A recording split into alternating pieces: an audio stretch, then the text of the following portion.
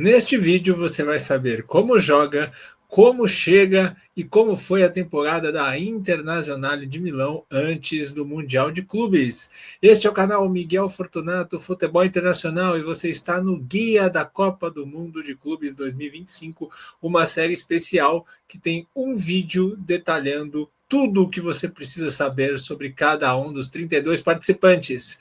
E para a gente saber mais sobre este gigante italiano, eu peço o seu like, que é de graça, ajuda muito a fortalecer o vídeo, a levar ele até mais pessoas, e peço também a sua inscrição. Estamos aí começando a crescer o número de inscritos, a galera chegando, comentando nos vídeos, dando a sua opinião. Então, quero também contar com a sua companhia aqui para a gente falar de futebol internacional.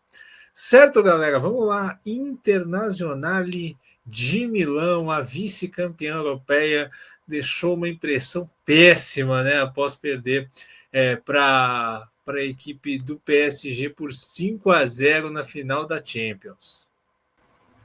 A equipe tem 20 títulos da Série A italiana, tem 3 títulos da Champions e 3 títulos mundiais, né? Então, nas 3 vezes, assim como a gente falou no vídeo da Juventus, nas 3 vezes que a Inter ganhou a Champions, ela foi para o Mundial e ganhou. Vamos ver agora num torneio de 7 jogos. Vamos então para a campanha na temporada, né? Que parecia que ia ser tão boa, começou tão bem a Inter e chegou disputando todos os títulos. Acabou não levando nenhum.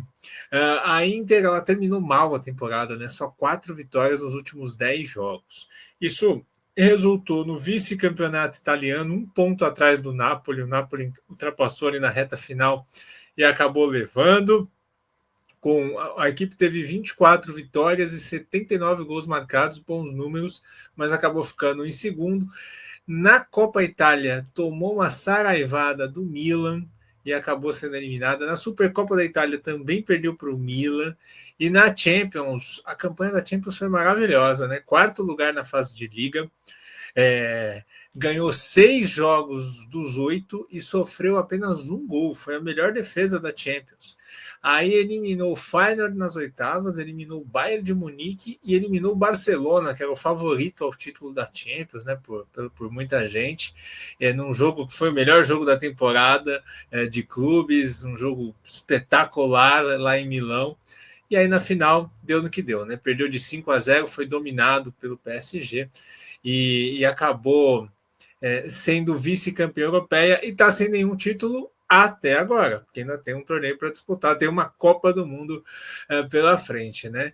E o técnico Simone Inzaghi acabou saindo, acabou deixando a equipe, recebeu uma proposta muito boa do Al Hilal, preferiu sair, então ele vai estar na Copa do Mundo de Clubes, vai estar no nosso próximo vídeo, inclusive, do Al Hilal, que é um dos times que falta a gente falar aqui, e não vai estar com a Inter.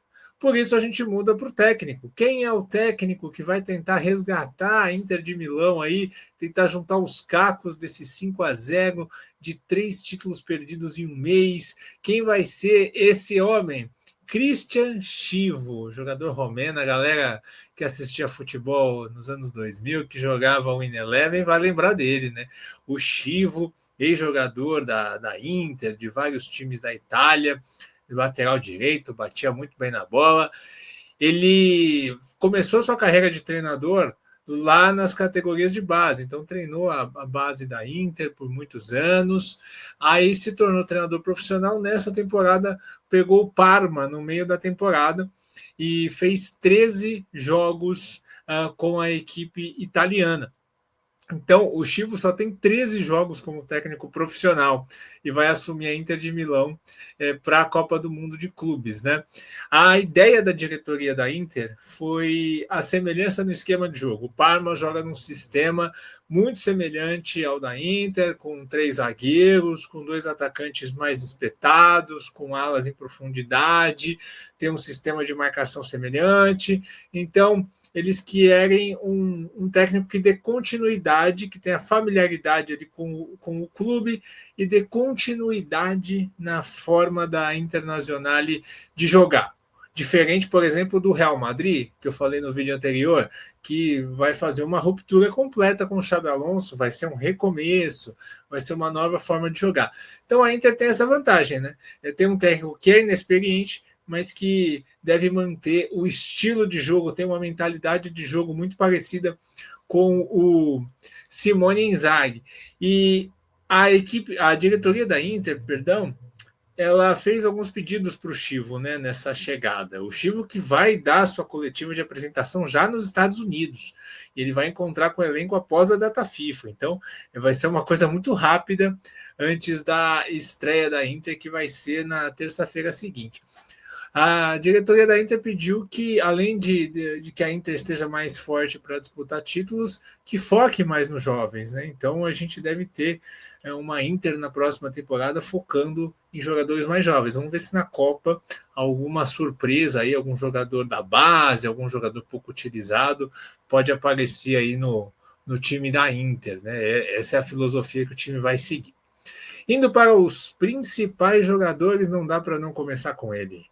Lautaro Martinez, artilheiro do time na temporada, com 22 gols, argentino, matador, 4 temporadas seguidas com mais de 20 gols, é um cara que faz gols importantes, gols decisivos, né? Fez gol contra o Barcelona, fez gol contra o Bayern, é um cara que não se esconde do momento, é importante, e já está na Inter desde 2019, então é uma marca nesse ataque da Internacional e certamente passa pelos gols dele aí, uma boa competição. Outro nome importante, aí eu escolhi um do trio do meio campo aqui, né? Poderia ser o Çalhanoğlu, poderia ser o Mkhitaryan, mas eu escolhi o meia-direita da equipe, né? O cara que joga ali na faixa direita, o Nicolo Barella, jogador italiano, ele tem a melhor estatística de desarme na equipe da Inter da temporada, então ele simboliza esse time que diminui os espaços, recupera bolas e lança os jogadores em velocidade para uma enfiada de bola para o contra-ataque, né? Que essa é a grande marca desse time da Inter. E o Barella é um jogador de muita qualidade, ele também pisa na área, ele não é só um jogador de marcação e passe, então é um cara muito importante para o sistema da Inter funcionar no meio campo. E falando em importante, eu acho que o Di Marco está entre os destaques, né? O ala esquerdo da Inter. Por que eu coloco o Di Marco, cara? O Di Marco, ele é fundamental na transição, porque além a gente tem o Dumfries, né, pela direita, que é aquele trem que passa em velocidade no corredor. Esse é o estilo do ala direito. O ala esquerdo, que é o Di Marco, ele é um armador pela esquerda, né? Então ele corta para dentro, ele ajuda a dar enfiada de bola, a colocar um passe em precisão, a trocar uma marcação. O jeito do Di Marco jogar ajuda muito a Inter a criar superioridade no meio na hora de uma roubada de bola. E ele ajuda a roubar bola em alguns gols importantes, então ele é um cara fundamental. Fora que tem uma jogada da Inter que é marca registrada, né? Pelo menos com o Inzaghi era. A Inter vai tocando, ou então numa triangulação em velocidade, numa roubada de bola, num contra-ataque, aciona o Dumfries na direita, o Dumfries chega cruzando para no segundo pau do outro lado chegar o Di Marco finalizando de primeira. É uma jogada que a Inter faz muito. Então o Di Marco funciona muito, né? Quando ele não tá e joga o brasileiro Carlos Augusto, a característica muda, porque o Carlos Augusto não tem a qualidade e o dinamismo para trabalhar por dentro. Ele vira mais um ala de profundidade de corredor pelo lado esquerdo e muda um pouquinho o estilo da Inter de atacar. Bom, vamos a como a Inter joga e, como eu disse, o Chivo não deve mudar, né?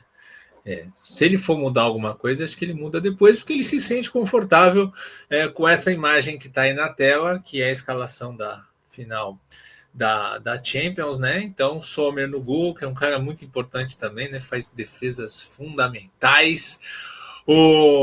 Na zaga você tem o trio Pavard, Acerbi e Bastoni. Pode ser o Bissek no lugar do Pavard, pode ser. Mas acho que o Pavard é um cara mais experiente, cascudo, campeão do mundo com a França. Provavelmente deve ser ele o titular, mas o Bissek também vai bem. E um detalhe dos 3 zagueiros, né? O time defende em linha de 5, normal. E uma curiosidade é que sempre um deles vai subir. Então, quando o adversário está com a bola, seja ali quando a Inter está marcando lá em cima, que a Inter gosta muito de pressionar lá a marcação alta, ou seja quando a Inter está um pouco mais recuado, sempre um dos três vai subir, de acordo com a movimentação do ataque adversário, para poder impedir a superioridade numérica no meio. Então se torna um quarto homem de marcação no meio campo. Um dos três. Depende aonde está faltando ali a ajuda. Um dos três ajuda a subir e a marcar. Né? Então, essa movimentação acontece bastante. É um balanço que ajuda muito a Inter a roubar essa bola no meio campo, que é o que a Inter busca. A Inter, ela quer, se ela não conseguir roubar a bola lá na frente, ela quer roubar a bola no meio campo, com um dos caras do meio campo ali, para já iniciar o contra-ataque, para enfiar uma bola ou para o Martinez, ou para o Thuram, ou para o Dumfries. É isso que a Inter quer. Esse é o DNA da Inter, que faz o time ficar à vontade. Que aí busca uma finalização direta ou então já avançar com jogadores de velocidade para poder criar uma ação ofensiva. Então, como eu disse, o Di Marco é um jogador fundamental. Acho que o Thuram é fundamental também, porque ele faz bem o pivô, né, com o corpo que ele tem. Então, se o time precisa de uma jogada de pivô para um dos meias encontrar o melhor caminho para o passe, é fundamental. E esse trio do meio campo, ele é muito posicional. É difícil eles trocarem de posição, só se acontecer alguma coisa, alguma movimentação do adversário, ou alguma movimentação muito específica. Mas assim, o Barella faz ali o lado direito, o Mkhitaryan o lado esquerdo, o Çalhanoğlu faz ali a parte central, né? Principalmente pela questão do passe, sai jogando. E é impressionante o Mkhitaryan, um cara já veterano, correr tudo que ele corre. E corre muito e imagino que vai chegar com perna aí nesse final de temporada, porque é um cara que se cuida bastante. E um detalhe legal é que marcando, a Inter sempre busca minimizar o espaço para o adversário criar, né? Então, seja ali no meio campo ou seja numa lateral, eles vão acumulando jogadores ali, tentando minimizar a linha de passe, minimizar o espaço. É claro que se o adversário consegue inverter uma bola e pegar do outro lado um mano a mano, pode ser uma desvantagem, mas funciona bem. Eles impedem que o adversário troque passes, vão encurralando até conseguir a roubada de bola. E um outro detalhe fundamental é a bola parada. São 18 gols de bola aérea na temporada, uma bola parada muito boa da Inter, escanteio, cruzamento. A Inter tem muita qualidade nesse tipo de jogada, e a gente sabe que nesse tipo de Copa, tiro curto, bola parada pode resolver. Defesa forte, que toma pouco gol, e bola parada boa, isso é um caminho, meio caminho andado para se chegar longe numa competição. Uma coisa que pega para a Inter também são as opções de banco do meio para frente. Falta um pouco de elenco, né? O time titular é bem bom, mas falta um pouco de reposição. Você tem para o meio o Fratesi, o Aslani, o Damian, o Zielinski. Aí para o ataque você tem o Taremi, o Arnautovic, jogadores que não entregam o mesmo, né? O Joaquim Correa está a caminho do Botafogo, então não deve disputar o Mundial com a equipe. Então, assim, falta um pouco de banco. E numa Copa, isso pode fazer a diferença. Então, vamos pelo que briga a Inter. O grupo da Inter tem Monterrey, Urawa e River. Jogo com Monterrey já na terça-feira, 22 horas. Todos os jogos da Inter com transmissão TV aberta, Rede Globo. Pelo menos é o anúncio até agora, né? E o jogo contra o Urawa, sábado, 4 da tarde. E dia 25 às 22 horas, o jogo contra o River Plate. Cruzamento com o grupo do Borussia, Fluminense, Mamelodi e Ulsan. A Inter e o Borussia são os únicos times deste sorteio que podem chegar teoricamente, né? Acontecendo tudo dando a lógica em todos os jogos. Se a gente for pensar assim, nas classificações, com os europeus passando em primeiro, se os dois passarem em primeiro, eles podem chegar nas quartas sem enfrentar o europeu. São os únicos dois que podem fazer isso entre os europeus, né? Então a Inter pode cruzar com Fluminense, Mamelodi ou Ulsan, e o Borussia pode cruzar com Monterrey, Urawa ou River, se os dois passarem em primeiro. Então, teoricamente, o caminho da Inter, o sorteio foi bom com a Inter. Então ela tem um caminho onde ela vai ser favorita, acho que até contra o Borussia Dortmund ela é favorita, né? Mesmo que desse esse confronto. Então, um caminho que ela vai ser favorita até as quartas. Aí, a partir das quartas, é casca de ferida. Mas, assim, é um grupo que é muito legal. Eu acho esse grupo o mais legal de todos. Vamos ver como é que a Inter vai chegar emocionalmente depois de tudo. já se passaram alguns dias, né? Vamos ver se com a chegada do Chivo vai mudar um pouco o clima, se eles vão conseguir zerar, se eles vão vir mordido querendo dar uma resposta depois da derrota, ou se vão chegar abalados, querendo que acabe logo a temporada. Isso vai fazer toda a diferença, porque a Inter é um time que depende da intensidade. Se não tiver intensidade, não vai render o esperado, né?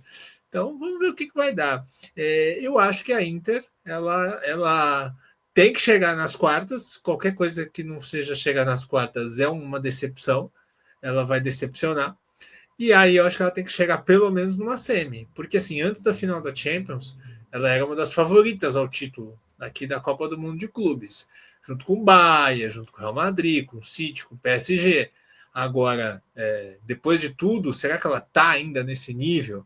Vamos ver. Bola tem, jogador tem. Vamos ver. Eu acho que a Inter ganhar não é uma grande surpresa, não. Ela está num momento ruim, mas não é porque tomou de 5-0 numa final que virou uma porcaria. É um ótimo time que tem condição de ganhar. Vamos ver se vai chegar forte o suficiente para isso. Mas pelo menos até as quartas tem que chegar. É isso, gente. Esse foi o guia da Inter de Milão. Tá acabando, hein? Está acabando. Só faltam 6 vídeos para fazer aqui para a gente concluir o guia. Então, já que já está acabando, clica na playlist que vai aparecer aqui, ó, que aí você pode escolher o vídeo já, o time que você quiser saber mais, e clicar no vídeo e maratonando para poder entender mais e conhecer mais os participantes do Mundial de Clubes. Um grande abraço e até o próximo vídeo.